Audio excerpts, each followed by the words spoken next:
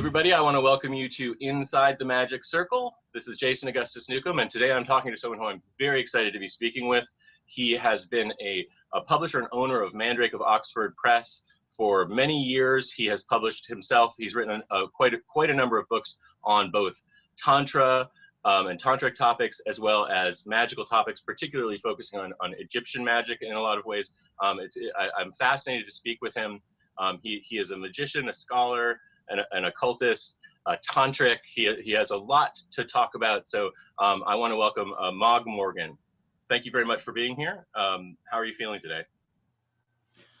I feel good. Yeah, it's a good day. Good. It's actually coming to be night there. Yes. You're in whereabouts? Are you in Oxford right now? It's 5 o'clock. It's tea time. It's tea time in Britain, sort of just past tea time. Am I taking you away from your tea doing this? No, it's all right. Yeah, the British thing. Yeah, we can't go 5 minutes without something to eat and a cup of tea or something. That's what they say. That's what my guru said to me. He said, "Yeah, the British thing. They're always starving." Who's your guru? Well, the technical guru, I suppose. I don't know if he's counts as good. This is Dadaji. You know, Dadaji was the kind of the nearest to a kind of traditional guru, I suppose, who lived in India and stuff. And I met him only once, because he lived in India.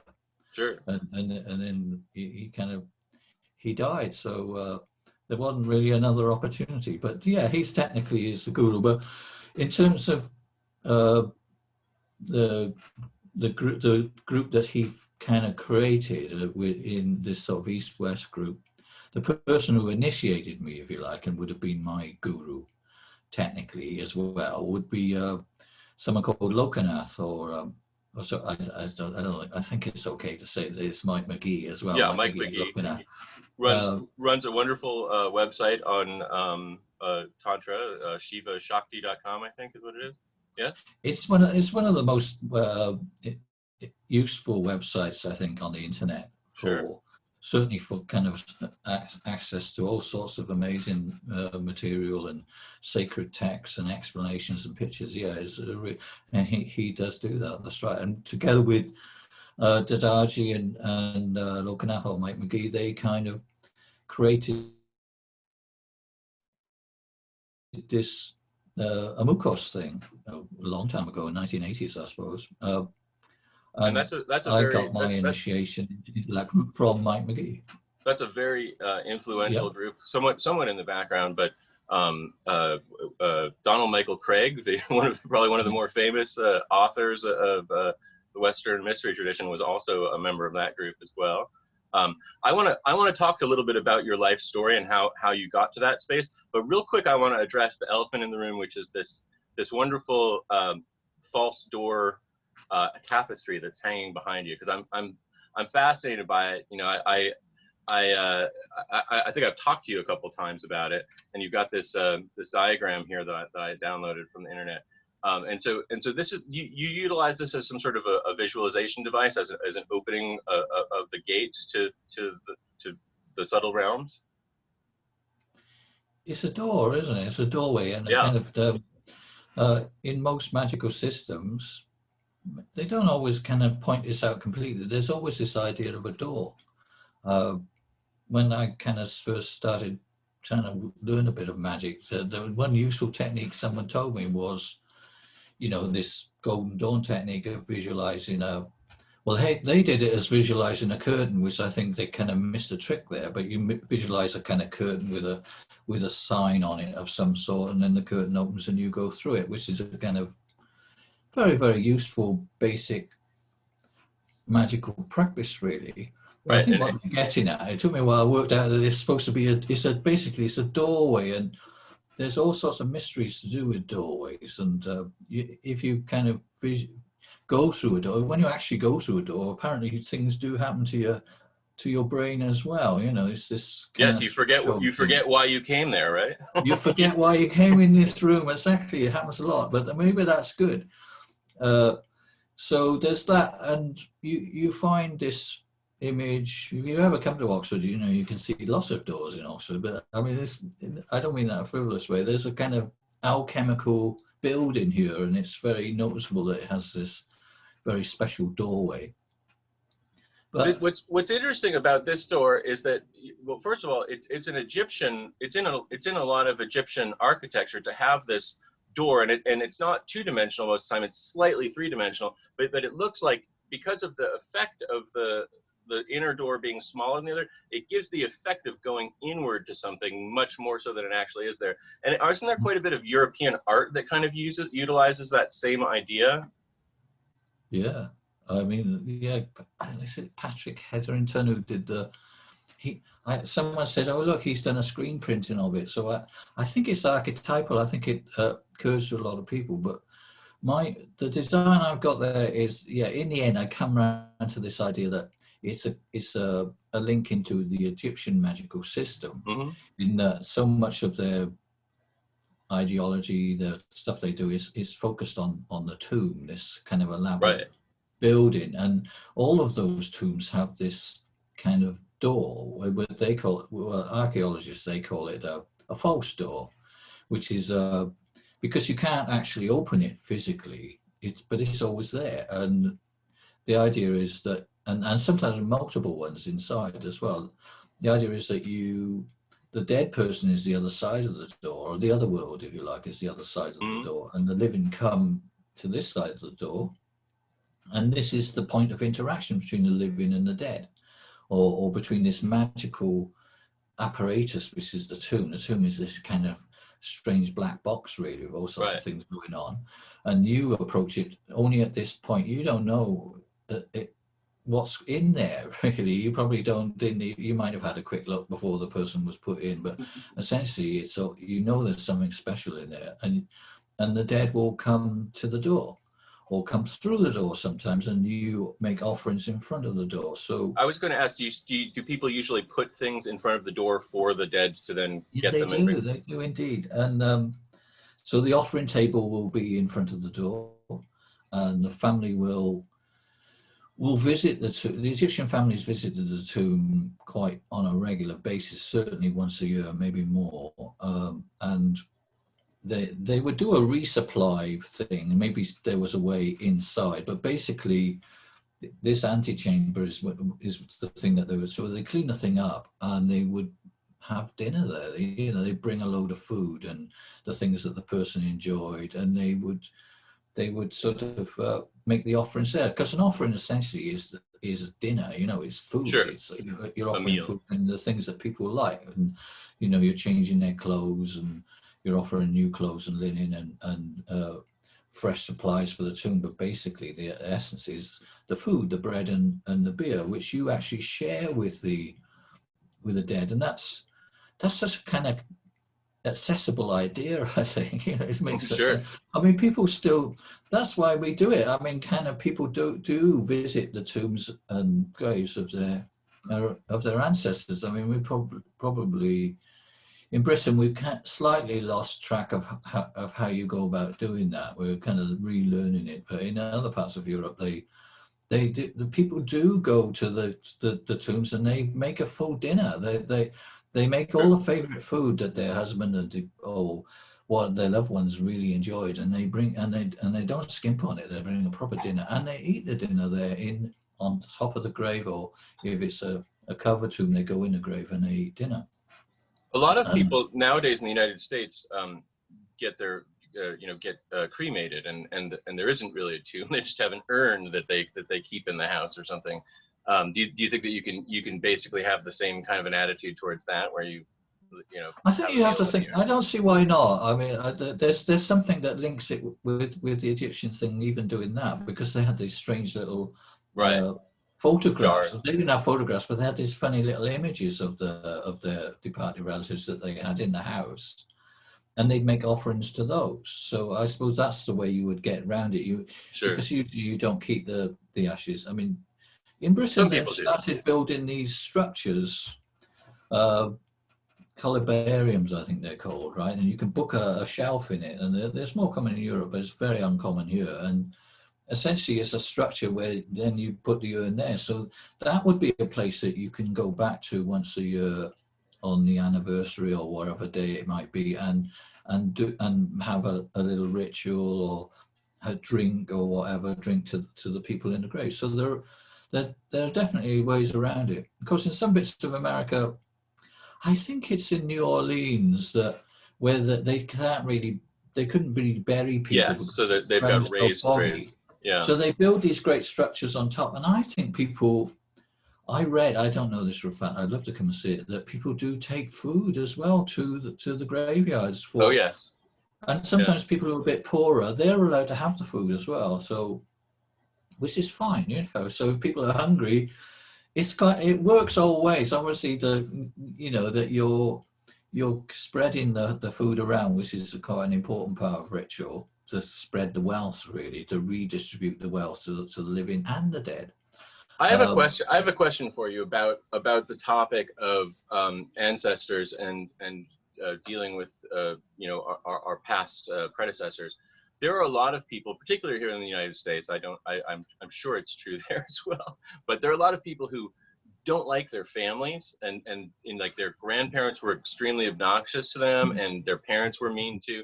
And so, for the idea of sort of connecting with your ancestral roots actually brings trauma to people's minds. How do you feel that magicians who are wanting to connect with it, because this is something that's becoming very it's growing here in the United States to more and more think about this ancestral aspect of it. Not liking their relatives.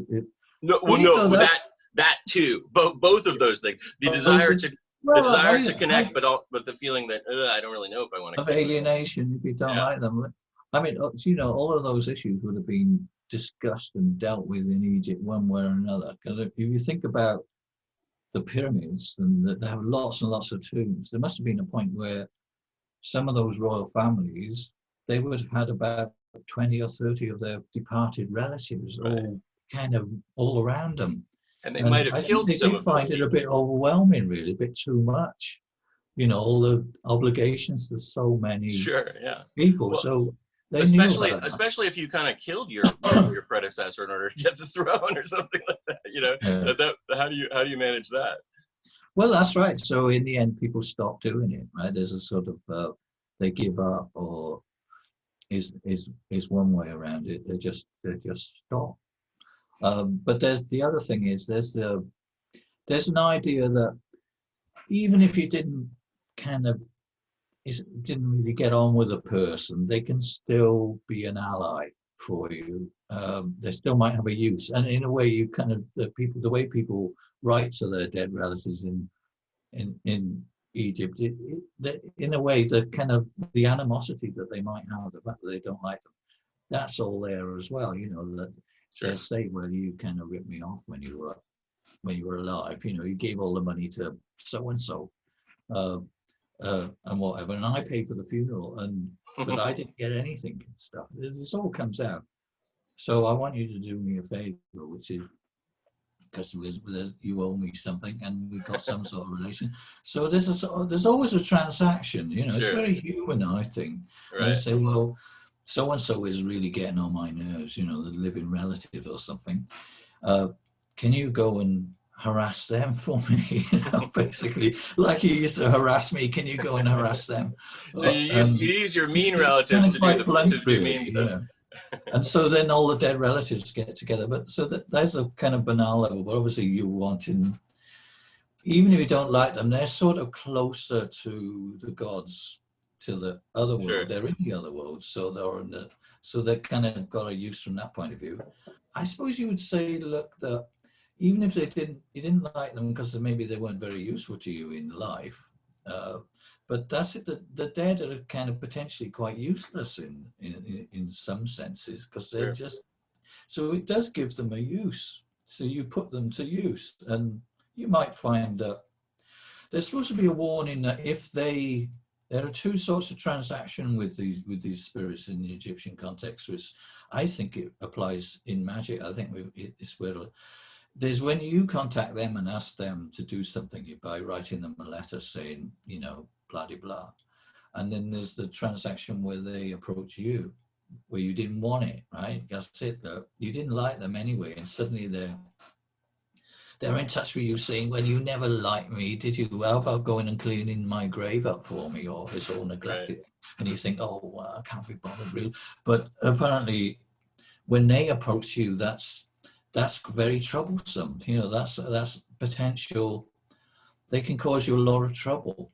I mean, spirits are not always, that's it, you don't like them. I mean, this is a lot of the Egyptian way of looking at this is that you have to protect yourself from all these old relatives, because they're going to cause trouble. You know, if there's a wedding, they're going to turn up at the wedding and say, oh God, we never liked her family and everything, and we're going to really, and that bride, we don't like her, and they're going to cause trouble. So a lot of wedding folklore, certainly in Egypt, and I think we get that here, is connected with protecting the living from stroppy ancestors, you know, and especially when you move houses and you got two, you know, you got the two lots of in-laws all living together, but that potentially, we know in life that can cause it can be an awful situation. So if you amplify that in death, people are aware of infinite ancestors. Yeah, so it's troublesome. And all right, so I think that get something good out of it. How do you make something positive? How do you navigate the? So I think Socratically, what I'm getting out from this discussion is that one must honor those ancestors that we love, but the ones that we don't love, perhaps even more, so that they don't cause issues. They don't cause, yeah, you've got to do the right things so that they don't cause trouble. And they still might be able to help you. And if you ignore it, they'll still cause trouble. So you may as well try and deal with it, which a lot of magic is about.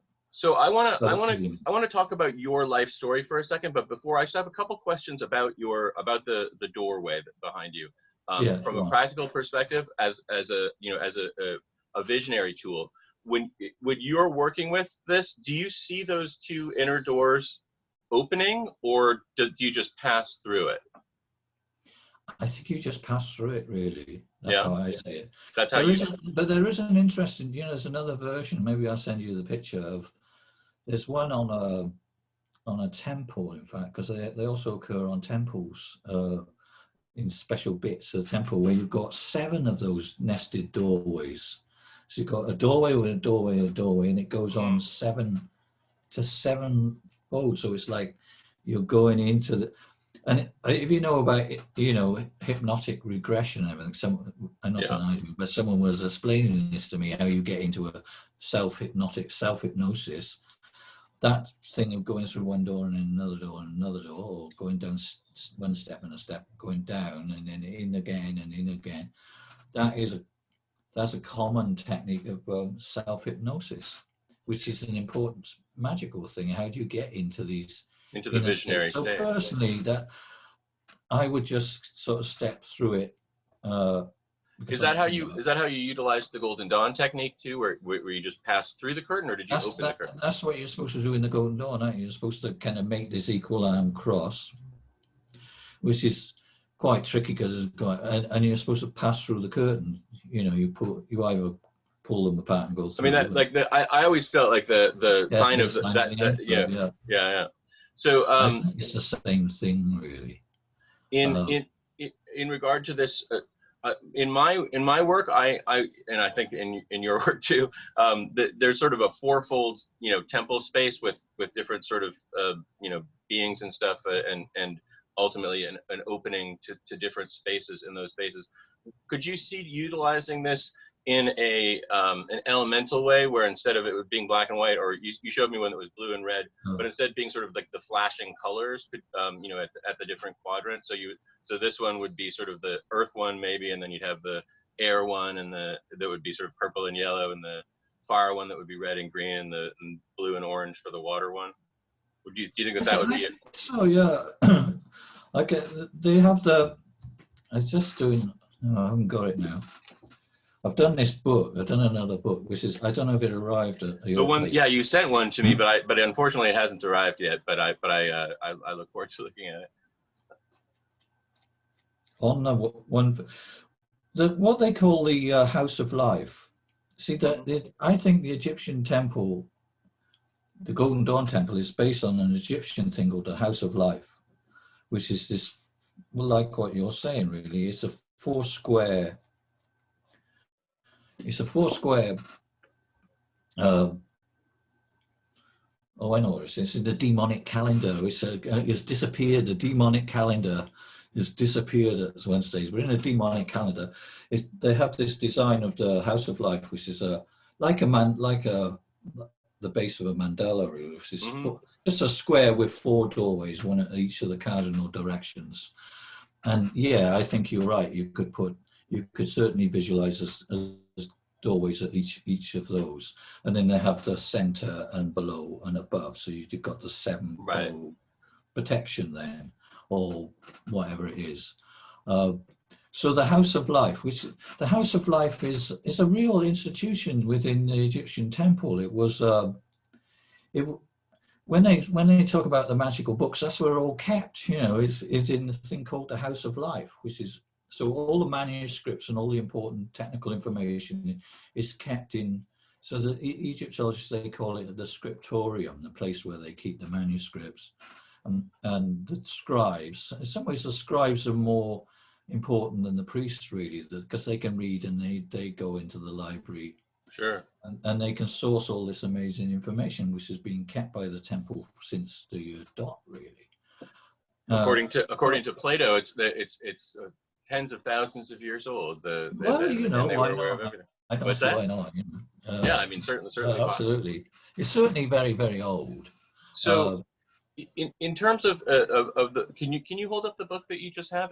Because it's a new book, and is this available in stores yet, or is it just coming out soon? It comes out back to front though on the camera. I don't know why that is. Oh, it's looking good. It's from my end. It's all right. Well, from my reflection. Yeah, this is available now. It's available now? Yeah. It's beautiful. I love the cover. Okay, so I've got some of your books on Egypt here, or just a couple actually that are in front of me, and there's 3 or 4 more I think that you've written. And does this book sort of bring them all together, or is it just another step in it? It does compile them all together, because the other books deal with particular topics as you go, as I kind of explored the mysteries and moved through all of this stuff. And every time I did a book, say I did the one on set, there would always be an aspect of it that was more to do with the practical magic. And, which I always thought, if you're going to theorize about stuff, you should also give people something that they can theorize, they can use it anyway, whatever happens, they don't have to accept your point of view. So over the years, I assembled quite a lot of magical material and a kind of view, an overview of the way the whole Egyptian magical religion kind of worked, which I think is kind of a little bit my thing, really. So I compiled it all together and revised it. So all these different sections, which were incomplete at the time, but when you pull them all together, it makes a complete system of, for want of a better word. I always hated the idea of systems, but it does, of the Egyptian magic. So this is the way it's done. So you've got the things from just jumping in at the deep end, really, rather than just go out. I think before you do anything, you've got to go out into the wilderness and kind of jump off not exactly jump off a cliff, but draw something down, call something to you. You don't know what it is. And it seems to be a common factor that you don't know what you're doing, really. And you go and you're kind of in this existential state and you just call something. So the book starts with a call and then it kind of proceeds through it, all the different. But it explains the sort of magic from a kind of all the different elements of Egyptian magic, from a sort of kind of almost theoretical point. But any theoretical element of magic within Egypt, you can always put it to use now. You can just do it. There's always something, like say spit, right, was something we talked about a lot, saliva and bodily fluids. you know, that's a big thing within ancient Egyptian magic, how they manipulated that, and you can still use that. Essentially, you can use it as a blessing, as in voodoo, where they spit the kind of, they vaporize the stuff all over the altar, or you can use it as some sort of banishing or cursing or sort of execration, where you spit upon something. I mean, it's instinctual. We spit upon. I spit upon your grave, sort of thing. You know, people say, I'm going to spit on your grave because, you know, you messed me up, or I hate you, or you're a bad person. And that's the theoretical side. And then you would, so it applies that. And then it goes a bit further into all these different techniques, how you might use them. And then I kind of put this thing on initiation, how initiate. See, people don't even agree that there was an initiation into the Egyptian mysteries, but there obviously was. I mean, every organization has some sort of. So I kind of. Right? Yeah, I mean, even. Yeah, I know, but they do. I think that's right. But it's sort of disputed, you know. That people think of Egypt as a very formal kind of system, and the idea of a mystery cult is because it's a mystery cult. A mystery cult, you're not going to know, are you? Right. So I want to take a step back for a moment. It's kept secret, like the mystery cults of ancient. Right. No, of course. I mean, why would there be evidence of secret stuff that wasn't supposed to be told to anyone? That doesn't make any sense. You bind me up and let me. Oh. Yeah, go on. Oh, so I want to take a step back, and I want to talk to like, how did you've been involved in the magical community for a very long time, and also in the Tantric, although they're sort of part of the magical community too, I think, really. But how did you get involved in Western and Eastern esotericism, or East-West as well? Well, I can't quite remember which came first, to be honest. I think I was always interested in Eastern religion from when I was a teenager.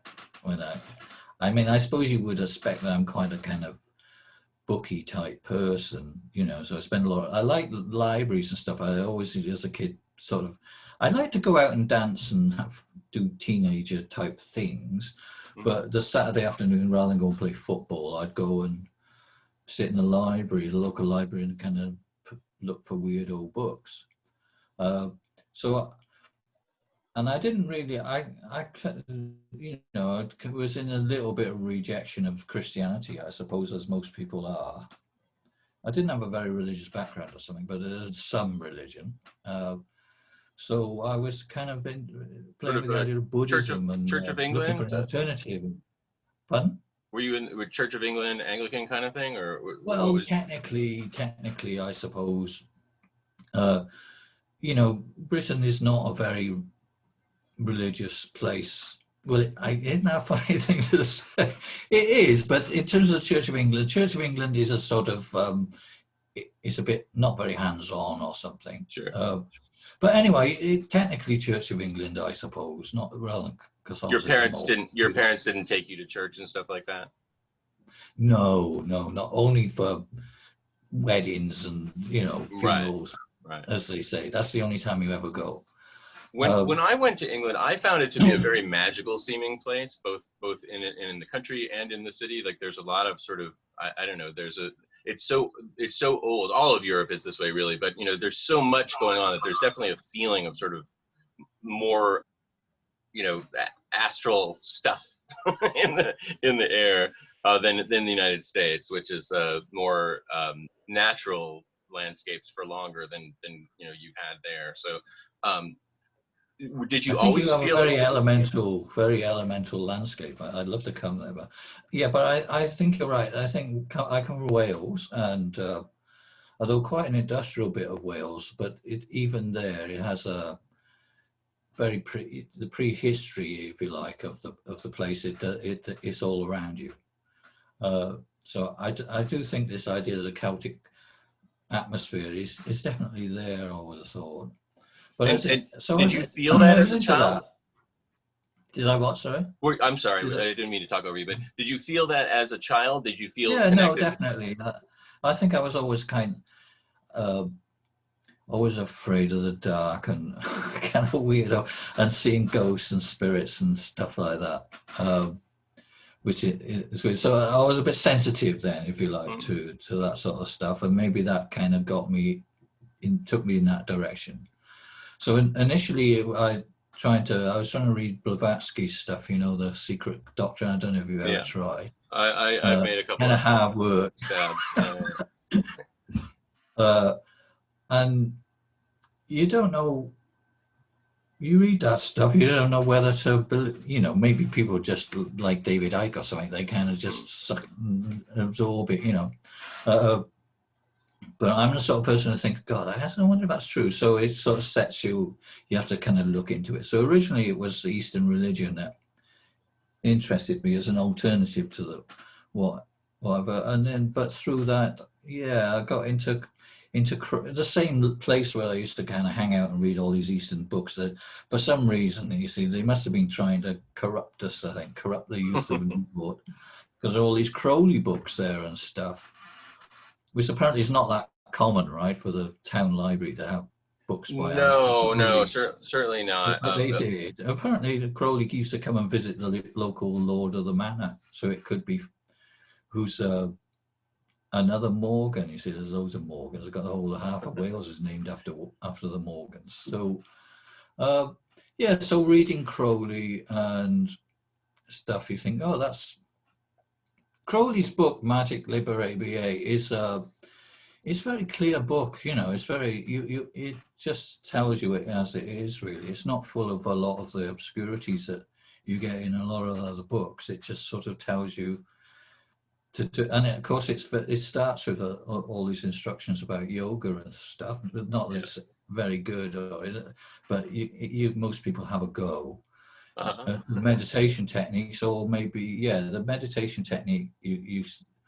That when I did that, that kind of freaked me out completely. You know, doing that sort of Kundalini yoga. Which is essentially what it is, isn't it? It's Kundalini yoga, right? That he's teaching in a simplified form, Yeah, well, that's I don't know if there's a more complicated version, but essentially he teaches. Well, he doesn't use any terminology. Practicing Kundalini yoga, he doesn't necessarily do the best job of it. But if you do the techniques, which are quite difficult, then something, and it says, you know, just something weird is going to happen to you. You know, you're going to have this strange bodily thing. You're going to have a kind of something's going to change in you physically. You're going to be overwhelmed by this strange ecstatic experience. I mean, what more could you want? But it is actually very, very scary. Because your body has never usually does these things, and it feels almost as if it's going to kill you. You know, you wonder because it's so unfamiliar. You think, God, am I going to sort of? Because the book, they also kind of hint at that these things might kind of go wrong. You know, not wrong. Maybe they go right. If they go completely right, you're going to kind of disappear from existence, aren't you? You're going to end up in another world completely. And it does deliver that, I think. I mean, it certainly at least a taste of that direction. So that Libra ABA was your sort of primer on all esotericism in a way. That's interesting because that was Libra ABA, and that book by Vivekananda, which is referenced in the ABA code, Raja Yoga, which basically breaks it down into little steps as well. So that's East and West. You see, these are the two themes that I've stayed with all that time, which is the kind of Western magic. Libra ABA doesn't have a whole lot of Egyptian stuff in it, although the Golden Dawn does. The Golden Dawn has the Egyptian stuff, but it guides you. But Crowley Crowley is uses an Egyptian ritual quite often. You know, in Liber Samhain. I mean, all right, people maybe don't use his version of it, but it is interesting that one of the big rituals in Crowley is, and that is so influential on his whole system, is from the Greek magical papyri. You know, is one of the first of the new magical papyri from Egypt to be translated and become available to people, and it got in the Goetia and all the rest. And of course, he makes reference to Rahurquit and Nuit and Hadith all throughout there, little bits here and there. Although that was like literally Magic in Theory and Practice, the Dover version that just has the third part in it. That was one of my very first magical books as well, and I was really entranced by that as well. And I mean, it seemed so doable. And then I got the first bits, and it very much is I think it's a great introduction to magic. It's still pretty good. A lot of people disagree at this point. Faults and stuff, apparently. Yeah, I mean, for sure.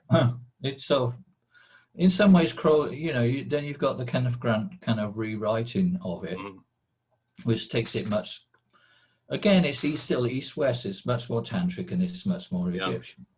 But some people who know about the Kabbalah and stuff think that Crowley's Kabbalistic stuff is actually better in a way, even though where he makes all sorts of mistakes, apparently.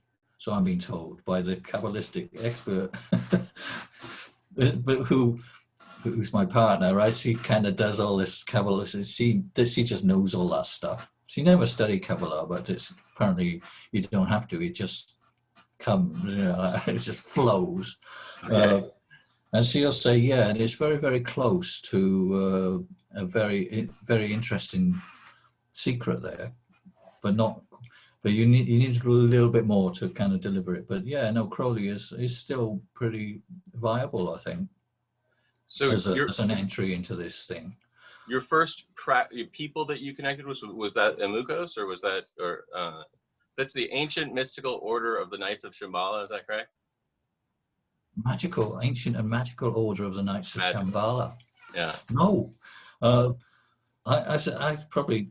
went into this famous bookshop, the Atlantis bookshop, and to get a tarot, because you're going to get a tarot deck. That's the other great useful thing, is to get the tarot and try and learn that. And Crowley's book on the tarot is rather good. And there was an address in this thing, which would have been the American version of the OTO, but the Order Templi Orientis, which is one of Crowley's orders, supposedly, that was still functioning. So I wrote to them, but they didn't. That would have been Grady McMurtry, I think, but he did. I didn't get a letter from him. I got a letter from Kenneth Grant's people. Interesting. Yeah, how do they do that? So they must have been intercepting now, magically intercepting the mail going to the Caliphate. Oh, no, it's not, whatever it was called then. Right. And saying, oh, well, no, we'll have that one. I don't know. They must have been cooperating somewhere. Maybe so. Maybe it was still an American guy. It was an American guy who was my mentor. And I don't know if I'm breaking any secrets. He was in the military. I think he was probably on one of these frontline listening posts for nuclear war. With bugger all to do because nothing was happening all night apart from. So he used to kind of correspond magically with people around the world while all these things were ticking away, I suppose. So I was in the OTO. But the Kenneth Grant's OTO. The what? In the Typhonian. The Typhonian OTO. Which is all the Setian Tantric version. And then, as you know, this story that Mrs. Dadaji had transferred himself and become a guru in India. Hold on a second. You broke up a little bit there. Can you repeat what you just said? Okay, so one of Crowley's disciples, when Crowley was alive, before all of this, right, was this guy called Dadaji, and Crowley said, "Oh, bugger all of this Western esotericism stuff. They're all just up each other's throats. Just go to India and find out for yourself." And he did, and he became a guru in India, a small one, not very big, not like Rajneesh or something like that. It'd be good, wouldn't it? You know, if we were like Rajneesh. But he was always still interested in Crowley and Western occultism, and he wrote to one of these magazines, these fanzines in the 1970s, saying, well, he liked what they were doing, and he'd like to write articles for them. So a connection came between the Typhonian and this Indian guru, who was one of Crowley's people anyway. So it's all mixed up. It's weird, isn't it? And so they formed this new order of Mukos, and I don't think it wasn't a very popular thing to do at the time, you know. What, joining the order, well, they kind of fell out. People fell out over it and blah, blah, blah. I've written about that in the book, you know, how it partly in the Tantra book about how gurus go mad. They all do. Which is your Tantra book? Do you mean Sexual Magic, or which book are you in the book to? Tantra Sadhana? Okay. At the back, there's an appendix called "When Your Guru Goes Gaga," right? which really winds people up. But they say, you're saying your guru was gaga. I said, well, it's better than saying he was a complete wanker, right? Which is the other alternative. It's just think, but he had actually gone. He was old. He was ancient. He was in his 80s, and he'd had taken a lot of drugs and a lot of alcohol in his life, and he was retired. But actually, can we go? He was part of a tradition in Tantra that was like the Naths or something. Is that correct? And they were sort of like, they were almost like a thelemic tantrics, right? I mean, they were like, their basic thing is do what you think is best, right? That's like their sort of their central tenet. So he somehow had found a thelemic version of Tantra in India. Yes. It's a good point. Yeah, it's true. Yeah, it's the path of your own way.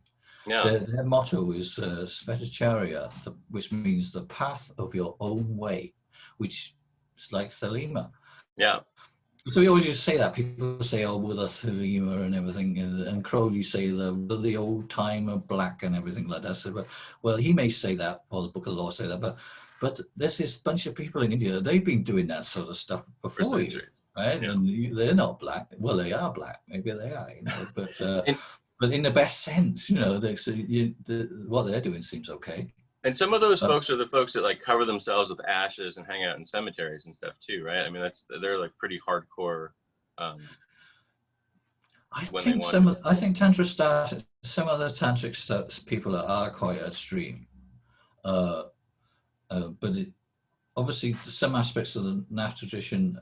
Whatever kind of moves the Cowlers, which is what we're talking about, rather than they're not called tantrics, they're called Cowlers. So you've got the Coolers, which are things like, you know, Agoris and all that, which were the early versions of these things, who were quite extreme in their practices. And some of that extreme practice still goes on. You'd call, you know, there's some quite extreme things of. Yeah. I think most people would think, you know, like, this is weird, because even this wasn't really known about until it was very, very secret until the 1950s. The existence of these practices were continuing, and one of the things, these strange goddess figures that are important as well with the Nath sect, the yoginis, what they like is they're quite bloodthirsty, and their favorite thing, one of their favorite things, is a severed head. And you think, oh, well, it's symbolic, isn't it? Severed head. But apparently, relative, you know, they don't go out chopping people's heads off. But the night before someone is cremated, they'd steal it. They may well say, well, you can have my uncle so-and-so's ancestor worship again. You can do what you like with their body tonight, right? And maybe you might pay a little bit for that privilege, but it's an honor. You take them to they're already in the graveyard. You can do your really weird rituals in your special temple. You can chop their head off and you can offer it to the goddess, as long as in the morning the whole thing comes back in one piece, not messed around too much, all put back together, and then they're cremated.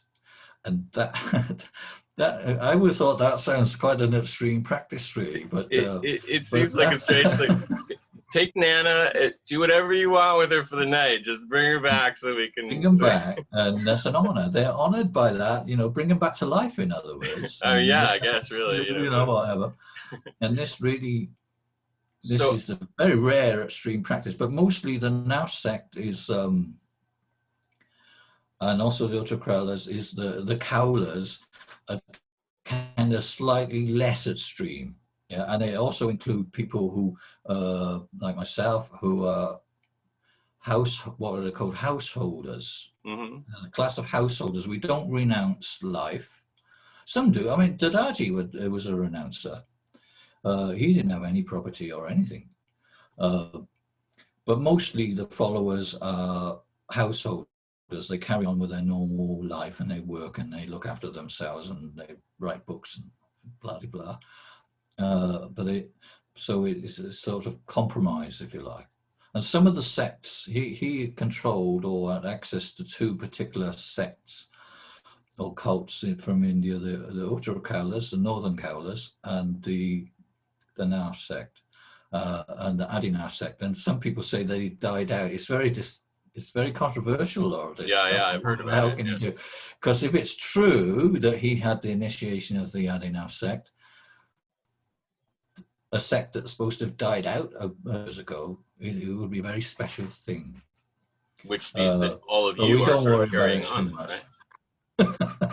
But so in a way, that the two things came together, which is the Eastern Tantric group, the promise, if you like, of the occultism has been interested in for the last 100 years, of the Egyptian stuff and the Eastern Tantric stuff connecting together, and they are connected. It's a kind of quite, even some of these Tantric sects in India themselves claim that they have connection with, they have a class called the Egyptii, the Egyptians.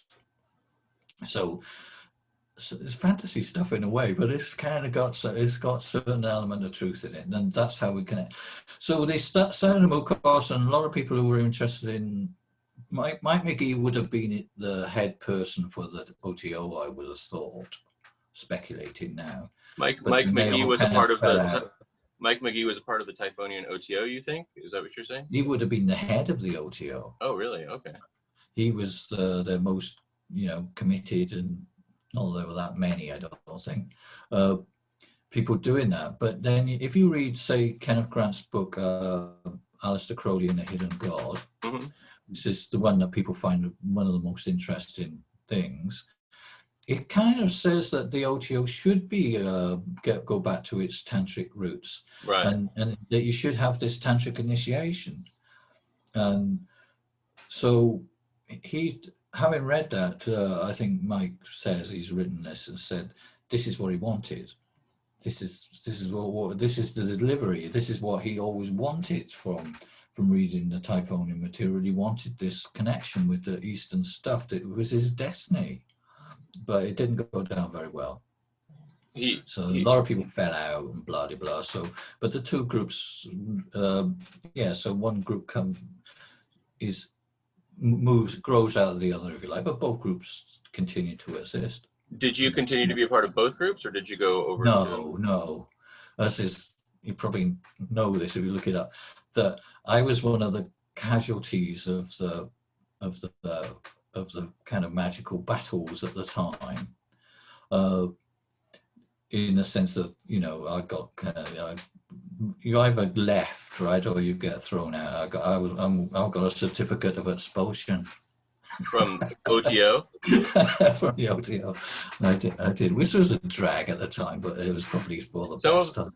Some of my best friends have been expelled from the Caliphate OTO, so I know, that's right. It happens to a lot of these people because it's a very individual thing. I mean, but kind of a feather in your cap to be interesting enough to be thrown out of an organization. So I know, and well, this is a weird thing. I always think is strange. I don't know about the, but you actually have a certificate. You don't get a certificate. Well, maybe you do, but I can't remember. You get a printed certificate of expulsion. So they must have a whole bunch of these printed certificates, which just is stamped and everything. Say, there you go, have a printed certificate, you're expelled. You think normally you wouldn't need that many, but I thought that was, I still got it somewhere. So, but you stuck with Amukos for a while, or did that fall apart at the same time? Well, yeah, because the guru went gaga, so then we do this thing and we're all crazy, mad people charging around and having fun and blah, blah, blah. but Dadaji, I don't know. He as I say, he got all sorts of strange fantasies and everything like that. And in the end, he kind of repudiated his student, his person, Mike McGee. He repudiated him, and he got some guy to kind of. It's like these things go around. It's small. Somebody to turn up and say, "Oh, you've got to obey me now."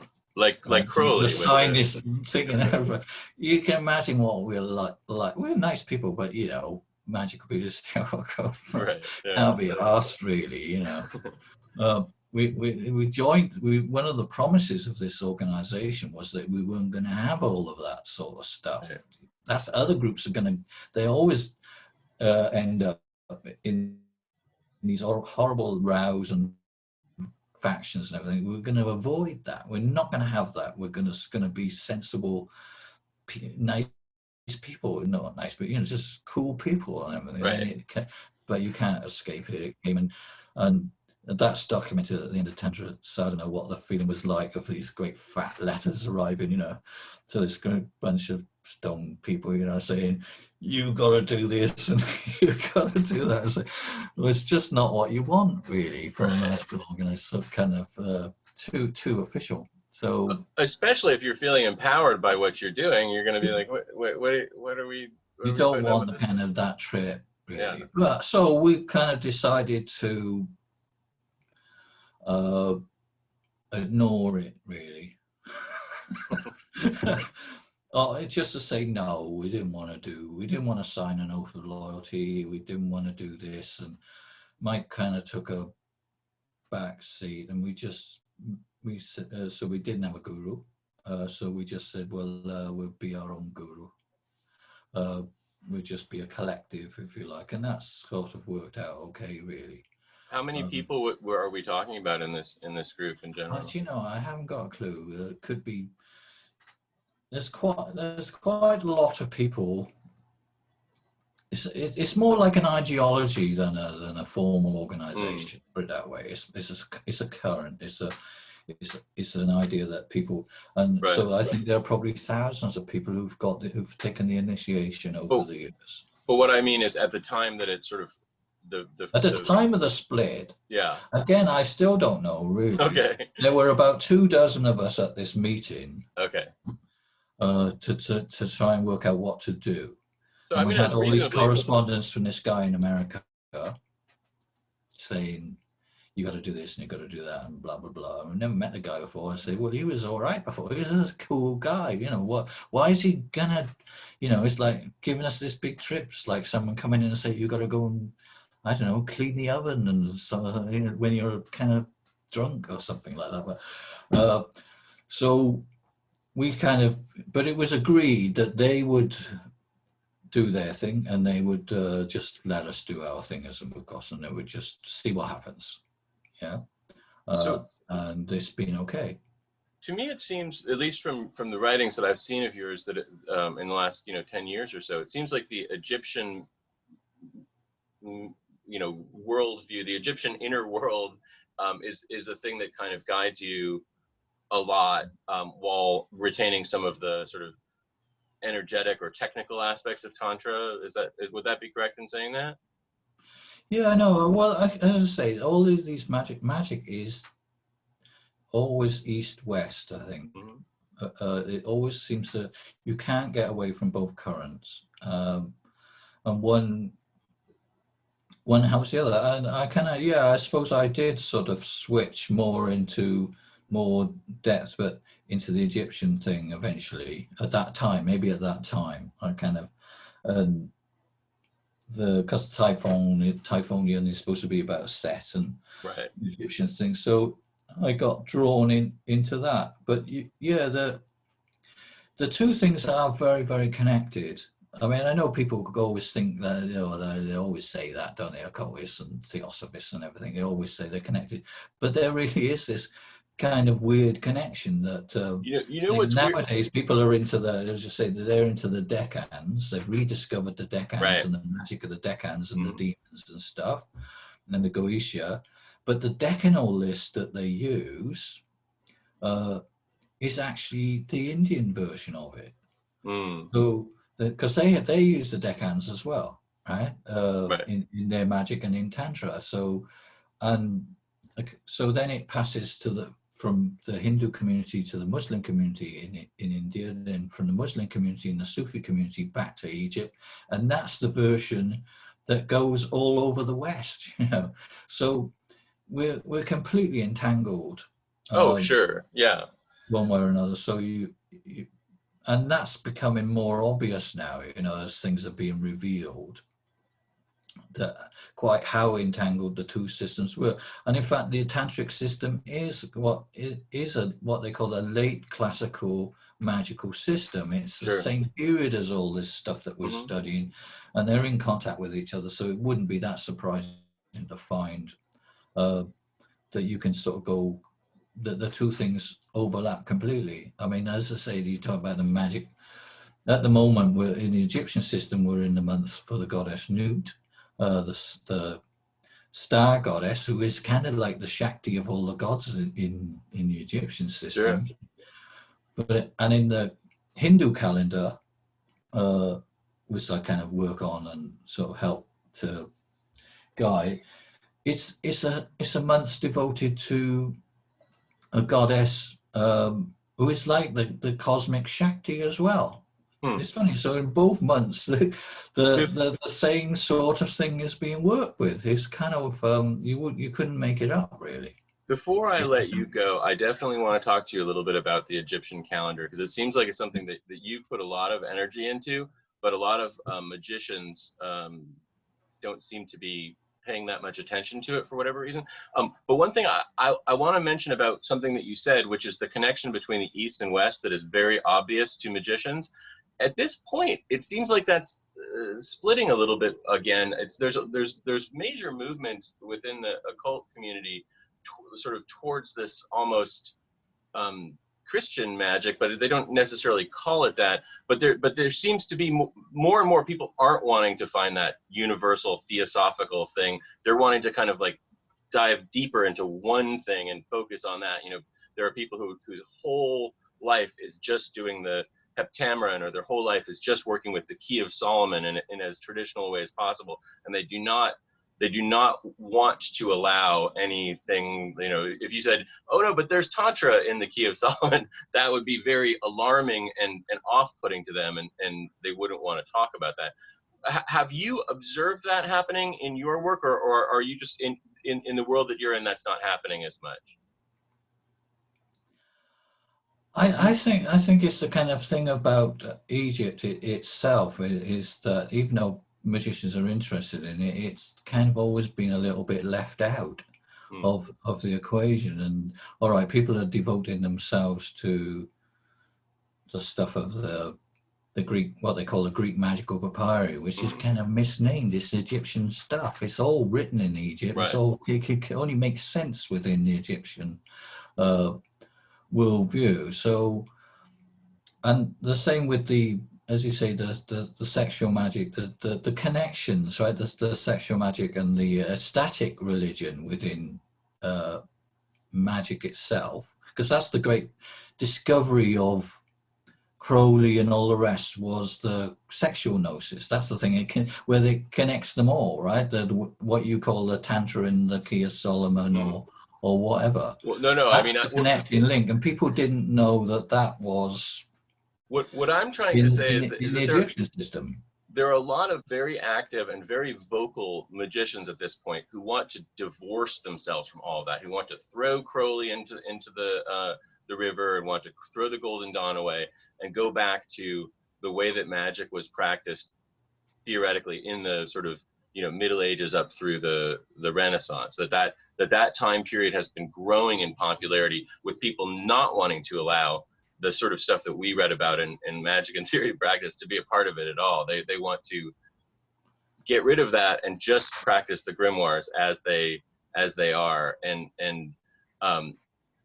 Yeah, I suppose why not, in a way, but I think I detect this the other way round. You see that the grimoires they obviously are the survival of the Egyptian magical system. I mean, And to an extent, yeah. It's not just me saying that. I mean, No. we would be saying that for ages, but now you've got people like even Ronald Hutton, right, came round to that in the end.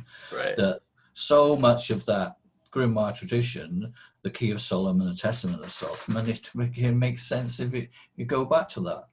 That's where it comes from. So I suppose I've got nothing, I don't know too much about that, but I think it's just my karma, if you like, or my destiny is to kind of be drawn back to the Egyptian system. It seems to have so much of what you really want, you know, of the essence of magic, one way or another. And it's got a tantric connection there. It's very sexual culture, you know. Yeah. I mean, there's lots. So I mean, so many Egyptian statues and carvings have, you know, are very phallic and you know, clearly sexual energy within them. So when you're dealing with the spirit world, whether it's working with gods or other spiritual entities, how do you see that? You know, do you view them as being sort of an essential part of the universe, or more as a part of sort of the structure of your consciousness inside yourself? God, well, that's a question you have to wrestle with, don't you? You can't work it out. I think they really exist outside of us in some way. The spirits. I think the spirits are more real than the idea of the gods and goddesses in some ways. Expand. What do you mean by that? Like the spirits and the you know, the things like, what do you call them, the jinn or the Goetia or the kind of ancestors, they are kind of part of your everyday life. You know, this is the folk magic, if you like. This is the other aspect of Egyptian culture that people didn't kind of cotton onto, is that the folk magic, the actual stuff done outside of the big temples, is actually much more immediate to people's life and to my life, I think. So these things are much more, whereas the gods, the Osiris and even Set and all the rest, they're important as well, but in a way that there's the spirits are going to be the bridge to that. And they're a little bit distant as concepts and as reality things. They make that sense, whereas the idea of multitude of entities and spirits existing in our universe it's much easier and makes much more sense to me, really, as being something. I mean, obviously in the modern world, it depends where you go. You have to go, even in the grimoires that people study, you always forget you have to go into the wilderness to encounter these things, really, that the spirits don't always like coming inside a modern house. You have to go and find them in the forest. And when you go to these places, then the question of whether these things are real or not doesn't seem quite so relevant. Someone said to me in Egypt, an informer, that it's the big thing, you know, with modern culture, you never experience the darkness in the way that you do in some of these places where there is no electricity, really. So staying in some of these places, like in the Valley of the Kings or on the Holy Pyramid Mountain, it's really dark and incredibly spirited. You know, it is a much more tangible sort of spirit element to it than you would have in a modern house with electricity. As I say, we always used to say, let's do the banishing of the electric light. And you know, that's an old idea as well, that spirits, right, you know, the more light you got, then you're not going to get the spirits there and everything. In a sense, it just kind of banishes them. And certainly the electric light, that's what we do, turn the light on, and it doesn't seem quite so bad then, because in the story. So the darkness of the wilderness and outside of the kind of civilized, then the spirits and the jinn are much more tangible, I think. Visible, almost. I've always felt that. I kind of, I can find those places incredibly scary. Whereas, you know, doing these things in a house and everything like that is a much more controlled environment. So yeah, that's real to me. I don't know if that's, I think it's a lot more than just psychology, although it is psychology as well. That is the psychology of the ancient world. Right. And this is the way, in these exorcism cults which still exist in Egypt, the Tsar cult, whatever, that is is therapeutic as well, the kind of manifestation. I mean, the spirits are telling, whether it's the spirits or the psychology, they're telling people to do things that are very unusual.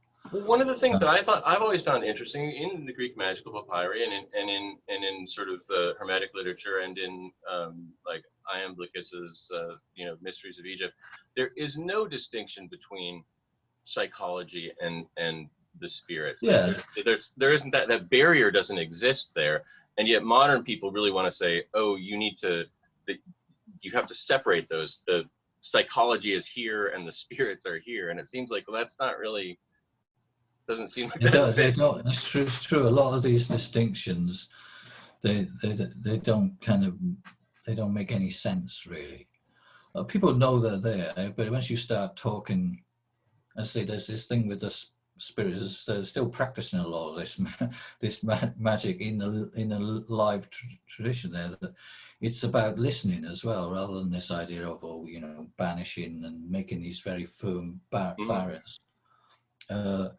It's about listening to stuff. So that's again another. So they don't have this sort of tradition of witchcraft in the sense that we do, and these sort of it's just part of life. And as soon as you allow people to talk about that in Egypt, you'll say, oh, so and so sister, blah de blah, and we just said, oh, what do you want? Or we didn't say, well, do you exist or something to this spirit he's possessed by. It doesn't make sense. Do you exist? To say, no. The better question is, what do you actually want? What do you want then? Or do you say something? And that's more productive. Then you get an answer, and you don't care what it is. And then people say, oh yeah, well that's the same with my sister, but we don't like to mention this. But yeah, this is a reality to people's lives, especially outside of the big metropolises. You spent a lot of time in Egypt talking with people about this kind of stuff? I wouldn't say I spent a lot of time, but I haven't been for a year actually, but I try and make a regular trip there to kind of do a bit of research and sort of learn stuff. Especially, as I say, they've got their own survival of the pharaonic magic really within the Muslim community. Always crossed all the different religions, but it's sort of on its last legs, and I think they want to reach out to the West really, because it's the only way it's going to survive, is if it's more well known. So yeah, I like to go and sort of observe that and learn more about it. And do your books contain a lot of that sort of what's the word I'm looking for? I guess just verbal research stuff in it. There's a little bit in the book Supernatural Assault, which is about dreams and nightmares. And all the books, the dreams and nightmares are a big thing, right, within Egyptian culture, within what we're dealing with.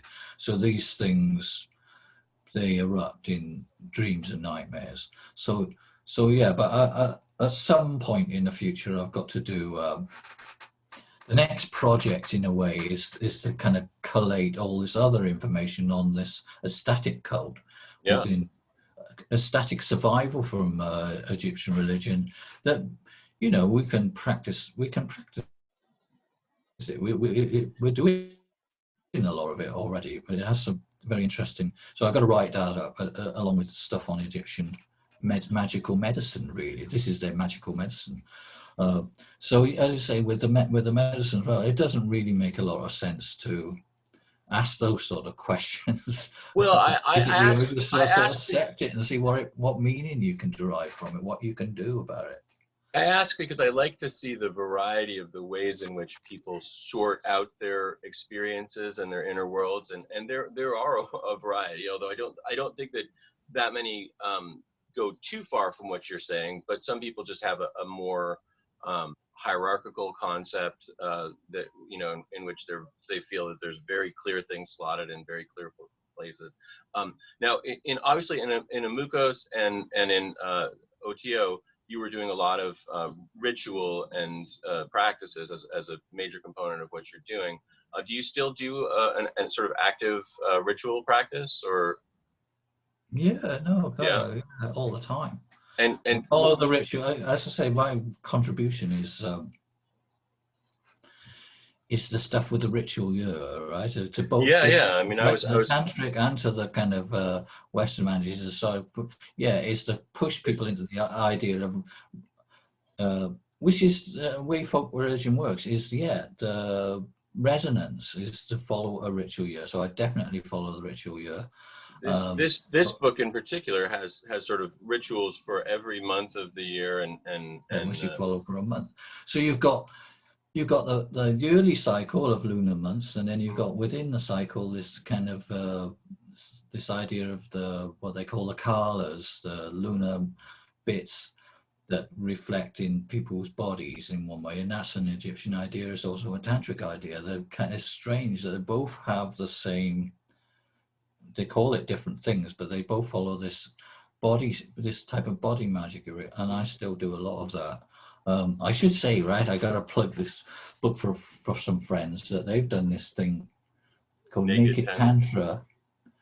Great title, which is, I didn't write this, but it uses a lot of ideas, a lot of my ideas and a lot of other people's ideas. And it's kind of naked in the sense it doesn't necessarily, probably do have to be naked to do this stuff, but it's more like it reveals it. And and they've obviously been following it for a year as well. Look, see, record of a magical year. Yeah, I know. I was quite stunned by that. But is that something you publish? We do also. We follow the ritual year. Me and my partner and other people, and we're always doing something, which I usually post on the internet. But in terms of temple, the whole house is a kind of temple space. There are altars in all the rooms. There's an altar now for the. So you don't have a specific magic room that you're working out of?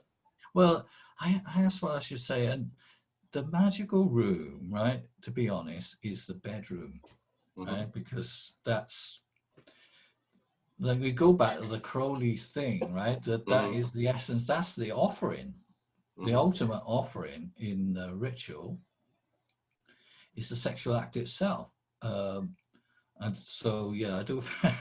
So our bedroom, that's mostly the magical space. So, and then otherwise we use various bits of the house for if we're doing other things or we go outside. But I think that's we like to think that the bedroom is the most magical space in the house, because as I say, if you're working with the colors and this cycle and everything, that's where you kind of do it. So definitely, it's sort of, as again, it's in this book that there's sort of that idea really. But that was the big Crowley discovery. My thing turns off and on every now and again. You probably missed that. Your lights. I've been getting you, I think, pretty consistently. Your lighting winks, kind of doesn't it? I don't know why it does that, but the great Crowley discovery, which was this discovery of sexual magic, and we've been trying to work out what it might mean, but some of the ways it's, you have to do all these complex things, but the offering and the sacrifice, if you like, is essentially, they're saying, is the sexual act itself. Right. So if you're going to explore the kalas, which is another great thing that people are doing, there's a certain amount on the shivashakti.com. There's some very good information, but people, the only way really you got to actually do the experiments. You actually have to just do it, live the cycle. Is there a book? Is there a book or an organization that really goes through that in detail? Does that Naked Tantra have that exactly laid out, or is there something of yours that where it's explained more clearly? It's a certain amount in the Naked Tantra book is about the kalas and following that cycle and working with it. But it's kind of obviously the first cycle that they've done with that. Right. I don't know. There aren't any good. There are, obviously there's the Kenneth Grant thing. But really, if you read the Capricorn thing, it doesn't really give you that much information Practical on it. stuff. No. Yeah, about what it's quite tantalizing, but when you drill down, it doesn't tell you quite what you need to know. There's the Mike McGee's thing. He's got the iconography of the colors, but again, you know, he only does half of them, I think. So yeah, I think that's something I believe is going to manifest at some point soon, but from another group of people that they've a lot of people are experimenting with this stuff. I've definitely bit now within the Mukos as well, and that's going to kind of manifest at some point soon. So because there's not but whatever the guides are, there's not going to be a substitute for actually replicating, just doing the experiments, but there's certain things that will help people that are not in the books that I know they've got to be. I can't reveal what they are, but there's some very useful stuff that will really trigger that for people. I want to ask you a couple questions that I've been asking most people. I don't think I've asked every person I've interviewed, but I'm just curious. How much does sort of visionary connection with the spirit world play a part in your role, and how does that work for you? You know, how often are you talking to a spirit or a god and having some form of communication back and forth? Well, it goes through phases, right? Because sometimes nothing happens, but don't forget the way the spirits communicate with you is primarily through dreams. I think that the Egyptians knew that, and that's the way to do it. So, yeah, in terms of and I only record the dreams that kind of seem significant. Sure. But in terms of the messages you get via dreams and using the Egyptian and the Tantric, it's funny, they both have techniques and grimoires, if you like, for how to manipulate and use your dream world. Mm-hmm. You get that in Hinduism, and that's quite an important part of Tantra. And of course, the Egyptians have these elaborate techniques for sending dreams and receiving dreams. And again, they also have a different ontology of what a dream is, which is I probably shouldn't go into now. So yeah, no, quite often, you know, several times a week. So and then sometimes we're doing a particular ritual, and we'll look for a communication or a message from that. In the book, I put a little bit of that. And I notice as well in this book that an awful lot of, I guess it's the same in a lot of magic books now, that the dream world, they're recording lots of the kind of things that drive forward your knowledge comes through the dream world. Sure. You know, it's almost like you get a bit there, and then the next night will tell you you've got to do this, and then you have a problem. Well, actually, if you read that book, The Golden Ass, yeah, which is, again, most of the drama is driven by things that happen in dreams. It says, oh, well, I've got to do this, and they're never going to allow me to do that. And then so they said, oh, don't worry, we'll send a dream to so-and-so, and it will tell them they got to let you do it. And he wakes up as a donkey, right? He does a ritual. Yeah. He gets in with all these dodgy witches, right? And they say, we'll give you a ritual to make you wise, like the owl. But they trick him, and instead it turns him into a donkey, which is an avatar set, in fact. And he has to then have this adventure. Well, he gets taken like donkeys do, and he gets treated like a donkey throughout the whole thing. But eventually he becomes wise from that, right? But, so I mean, he becomes wise in the end. So he becomes an initiate. He becomes initiated into the cult of Isis by a terrible ordeal. He's either going to die. He wants to kill himself because he's had enough of being in this animal body, or he prays to the goddess to release him from this spell that's gone wrong, and she does it. She tells him how to do it, and she sends the message in dreams to all the different parties about how they do that. And this is authentic magic of the period. Yeah. And I think that's how it works for us, really. So I'm sure there are other things as well. I mean, when we go out, I say in some of the books I talk about omens. Which is finding omens. something in your environment that's a communication. But what about when you go out and you do your thing with we always go out and for the full moon when it's visible, and we draw down the moon and you know, we do all sorts of practices with the moon. They're very short but quite simple sort of tantric practices with the moon. And then you look at the moon, and you look at the halos and the things that are in the sky with it, and that there's a way of that as seeing that as a message. Right. I think you actually have something about the different shapes of the moon in one of these things. I remember seeing it. But what about like sort of more I don't want to say formal, but scrying exercises where you're, you know, one person is operating and another person is entering into a vision. Do you utilize that at all in your work? Or yeah, do a certain amount of channeling stuff. For one, people don't like, magicians don't like that channeling. And the books have got quite a lot of stuff that's being channeled from spirit, from trances of one sort or another. And I think usually, I mean, there's this thing about, the manifestation of the magic, you're looking for it to manifest in some way, and usually that means the creation of something, usually a poem or some expression of it. It's a symbolic sort of manifestation of that. Yeah, no, absolutely, we do that sort of thing all the time. And in terms of practical magic in sort of like the grimoire sense of things, do you utilize that at all? Do you do workings to manifest things like, you know, financial success or love, or have you worked in that vein at all, or is that sort of away from where your focus has been? Well, I don't know if you're ever supposed to talk about this sort of.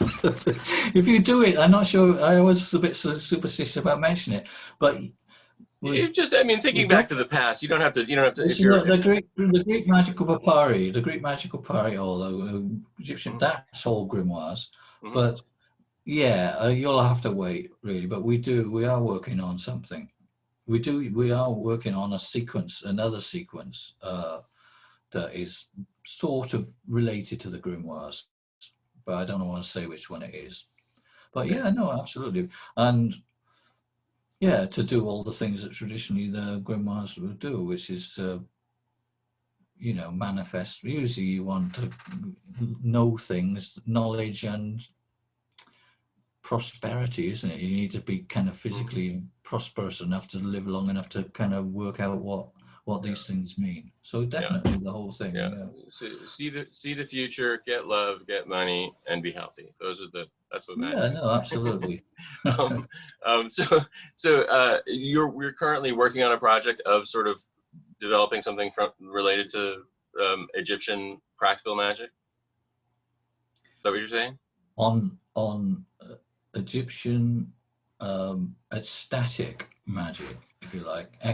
Which some people call it the exorcism cult, but that gives it the wrong impression, because exorcism doesn't mean the same thing in that tradition that it does as it's come to mean for us. But yeah, I'm certainly doing something on Egyptian magical medicine, and then into the, because sometimes, you know, you're trying to think, I did a few workshops on ecstatic dance, you know, changing your head, you know, consciousness, isn't it?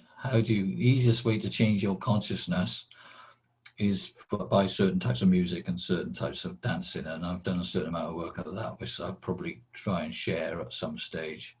And that is still Egyptian magic. It's still pharaonic magic. It's a strange thing. It's just not so well known that this was a strong tradition within the tradition. So yeah, that's something that you'll have to wait before I can tell you how that goes. You would think it would have to be, because you know, I mean, those cultures today, all along the sort of Mediterranean belt, dance and you know, there's a lot of sort of fun, festive energy behind the scenes in those cultures.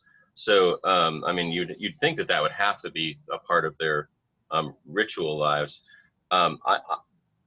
you have put a lot of energy into, and I'm going to let you go soon, I promise. I knew I've been holding you prisoner for the whole day, basically. I'm sorry, but this is like the one last area, and then we can stop talking, and maybe we can have another conversation in the future. Yeah. But in a lot of your books, you have a lot of space devoted to the Egyptian calendar and the various forms of the Egyptian calendar. Yeah. If someone wants to utilize that in a practical way, like how do the Egyptian months sort of equate? Do they, at the beginning of January, do you start the Egyptian month that has to do with that, or is it an astrological occurrence that launches that forward? How do you determine exactly how the months fall together? I always say that you've got to follow the lunar months, right? Wherever you are, work out. You've written about a couple different ways about that for 28. I know, but that's true. So you're going to have to make certain decisions and assumptions to get the system to hang together, and you have to work out. And the assumptions I made, which are set out in the book, kind of hang together. The kind of festivals then line up with known, because it's paganism in the sense that it's natural as well. These things make sense in terms of the cycle of the year. And of course, the Egyptians are famous for this calendar that didn't make sense at all, right? That's kind of wandered all over the place. Right, that was the outer calendar. They had a kind of ritual calendar that's not so different to other sort of lunar calendars. So if you just if you just have your rituals on the full moon, from whatever god or goddess you work with, then you're getting close to, or the new moon and the full moon, which is not rocket science, is it? Everybody's doing that now. No. But so would you say the beginning of the already be getting close to the Egyptian way of looking at things? Is the beginning of the month the new moon or the full moon? Well, mostly I prefer the full moon. Yeah, as the beginning. Some of these, most of the Egyptian rituals have something. Most of the old Egyptian stuff will always have something connected with the full moon, and it'll be disguised by the fact that it's been transferred to this solar calendar in the Roman period. So if you just do that, if whatever god or goddess you're going to work with, you fix it to the lunar cycle, you're already starting to get closer to the way that they really did their magic. And then in the book, I post it on the internet as well, but in the demonic calendar book, I actually put, but it is quite complicated. In a way, you do need somebody else to sort of say, oh, it's this month is this thing, and take their word for it. But there is a system for fixing the lunar calendar so that it then syncs with the planet, and then you will be following something like the Egyptian. What they might have had different gods and goddesses depending on what bit of Egypt you were in, but basically that's how you do it, and it works. I mean, I've been following that cycle for at least 10 years or more now. Where does a person find your updates on the calendar? If they buy the little book, which I will show you, but it's called The Demonic Calendar, Ancient Egypt. I think I've seen that. I don't have it. Which is a little book, and that's got I don't know actually. It's got something. I think that got the dates. But basically you'll probably have to follow it online to get it fixed up. But I think the demonic calendar has got how you rectify and work out what bit of the cycle you're in. And it has to restart every year, blah, blah, blah. God, you need a whole bit more time to kind of explain that. There's in the end, every time I try and explain it, people say, "Oh, can't you just tell us what it is?" Just give us the date. Which I understand completely. So I do that as well. I just post it. It's coming up. And this is Newit. This is the month for Newit. So all the Thelemites and everything like that are into the goddess Nut. And it fits, doesn't it? Look, the winter solstice and the night sky and the birth of the sun from the sky goddess. It's now. It's in this month, this lunar month, but it overlaps with December as well. Of course, it does. One of the things that I find fascinating, and it's in a few of the, the grimoires that come later, but there's also a version of it in the Greek magical papyri, which is that there are certain days of each month that are good for magic, and there are certain days that are bad for magic, and it's listed out for all of the Egyptian months in there.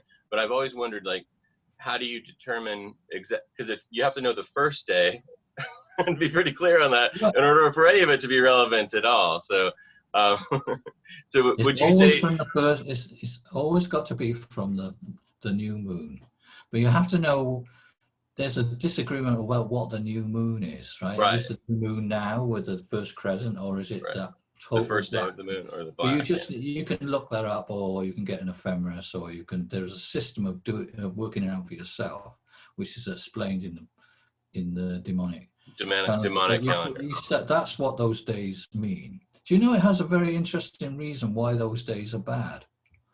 I don't know if you've got time, which is this is very strange. It's going to sound a bit like Eric von Daniken, but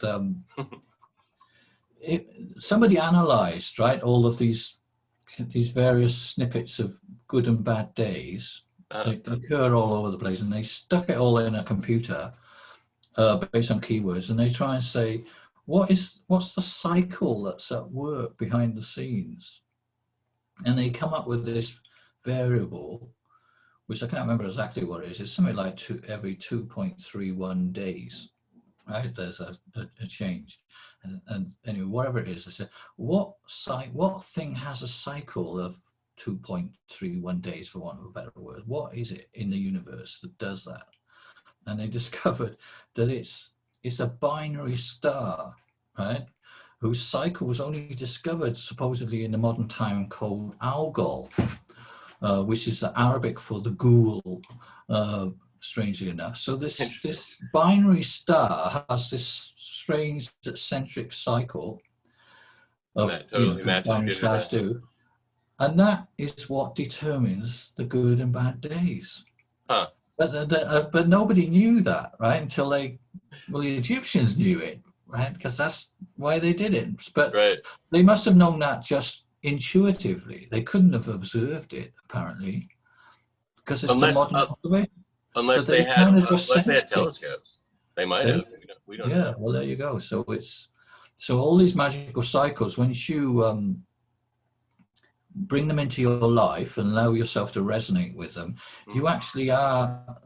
you'll suddenly notice that there is something else doing the same, and that's when the strange spooky knowledge comes in, when you realize that you're actually in sync with a wider, and say that is a tantric ideal as well. See, the tantric ideal is a thing called deconditioning. You have to understand all the different things that might be affecting you in your life, which are invisible, so that you can become powerful. You have to know what these things are, or know that you can't do anything about it. And so the Egyptians are obviously doing this similar type thing. They were sensitive in a way that we're not, but we're kind of trying to get back to that sort of level of resonance. And apparently, I went to a lecture the other day, sorry to go off on another tangent, about the American Indian astronomy. There's astronomy in America, in the Americas itself, amongst the whatever you call it, Native Americans, and they're following these cycles of the planets as well, and constellations. And that's what they use the term resonance. The reason their rituals, why they do it, is because they think it's powerful to resonate with these cosmic forces. Well, it's taken us a while to get to discover that for ourselves, really, or to get back there. I mean, certainly our far ancient ancestors seem to be very aware of all these cycles and built huge weird monoliths to them and stuff. So we just sort of let it go as we became more. We're alienated. That's the meaning of alienation. We're alienated from nature. Pagan ideal, a magical ideal, is the same, which is to go back to this state where we were more sensitive to what was going on around us, on the promise that we'd know more, especially now with all the other things we know. We combine that with this sort of recovering this sensitivity Yeah. You know, that's a good meaning for magic, really. And in your way of looking at things, also connecting up the different cultural aspects and realizing that we are all sort of resonating on the same thing in different ways too, right? Spiritually speaking. I was kind of quite stunned by the fact that that this guy was for the Americas, for the native astronomy, native science in the Americas, which his life was some professor's life, was that was why they were doing it and building these monuments all over Mexico and in America itself and all over. So I never knew any of that. That's the medicine wheel, apparently. I never knew that the medicine wheel. Oh, it's astronomical and it's an astronomical thing. I never knew that. There you go.